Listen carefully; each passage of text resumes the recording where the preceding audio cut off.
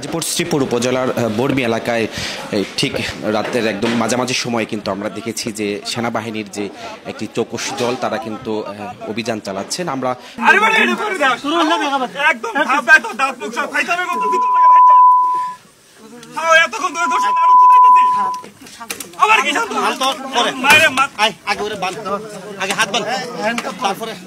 গাজীপুর শ্রীপুর উপজেলার যে বর্মি এলাকায় রয়েছে এখানে কিন্তু অভিযান যেটি রয়েছে সেনাবাহিনীর পক্ষ থেকে সেটি কিন্তু চলমান রয়েছে। কিছুক্ষণ আগেই কিন্তু সেনাবাহিনীর সদস্যরা যারা তাদেরকে আটক করেছে সেই দৃশ্য আপনার দেখাচ্ছি যে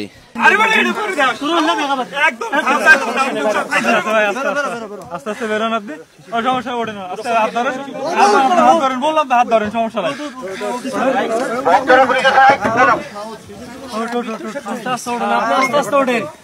কোনো সমস্যা নেই একজন উপর একজন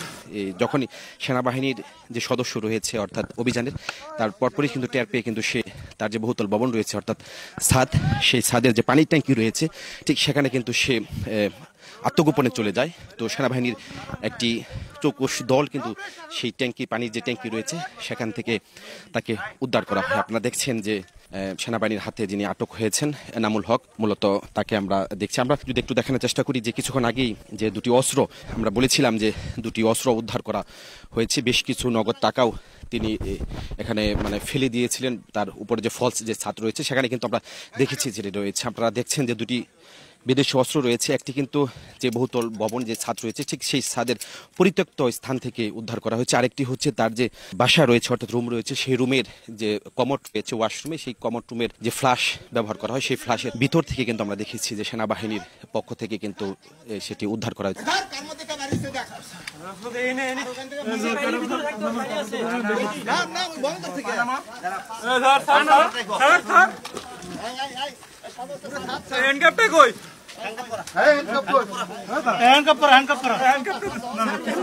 হিরন আরো মিনারেল ওয়াটার মাত্র 50 পয়সায় প্রতি লিটার। এর মধ্যে দেখছি যে শ্রীপুর যে থানার সেখানকার যে টহল টিম রয়েছে অর্থাৎ থানা পুলিশ তারা এরই মধ্যে চলে এসেছে। তার পাশাপাশি আমরা দেখছি যে এই অভিযানে কিন্তু এরই মধ্যে চলে আসছেন যে গাজীপুরের র্যাব 1-এর যিনি রয়েছেন অর্থাৎ যে চৌকস দল রয়েছে তারাও কিন্তু এরই মধ্যে এসে উপস্থিত হয়েছেন।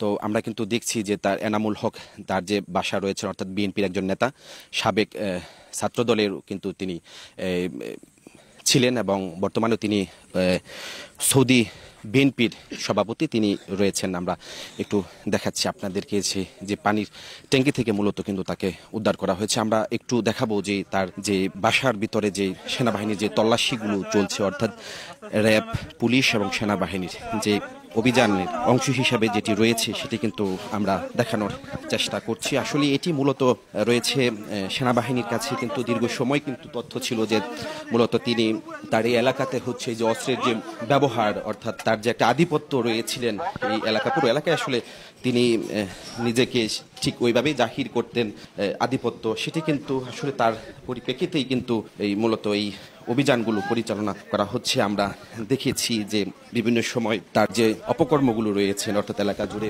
চাঁদাবাজি থেকে জমি দখল বা বিভিন্ন যে অপকর্ম আমরা যেটি বলে থাকি সেটি তিনি দীর্ঘদিন যাবৎ পরিচালনা করে যাচ্ছেন। এমন গোপন সংবাদের ভিত্তিতেই কিন্তু এখানে সেনাবাহিনীর যারা রয়েছেন মূলত তারা এখানে অভিযান পরিচালনা করেন।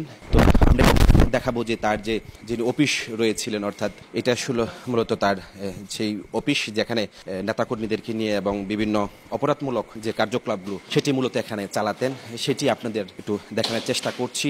প্রথম দিকে যখন দেখি যে সেনাবাহিনীকে আসলে যারা রয়েছিলেন আসলে তারা প্রথমে আসলে প্রবেশ করতে পারেন, তাদেরকে বিভিন্নভাবে বাধা দেওয়া হয়েছিল।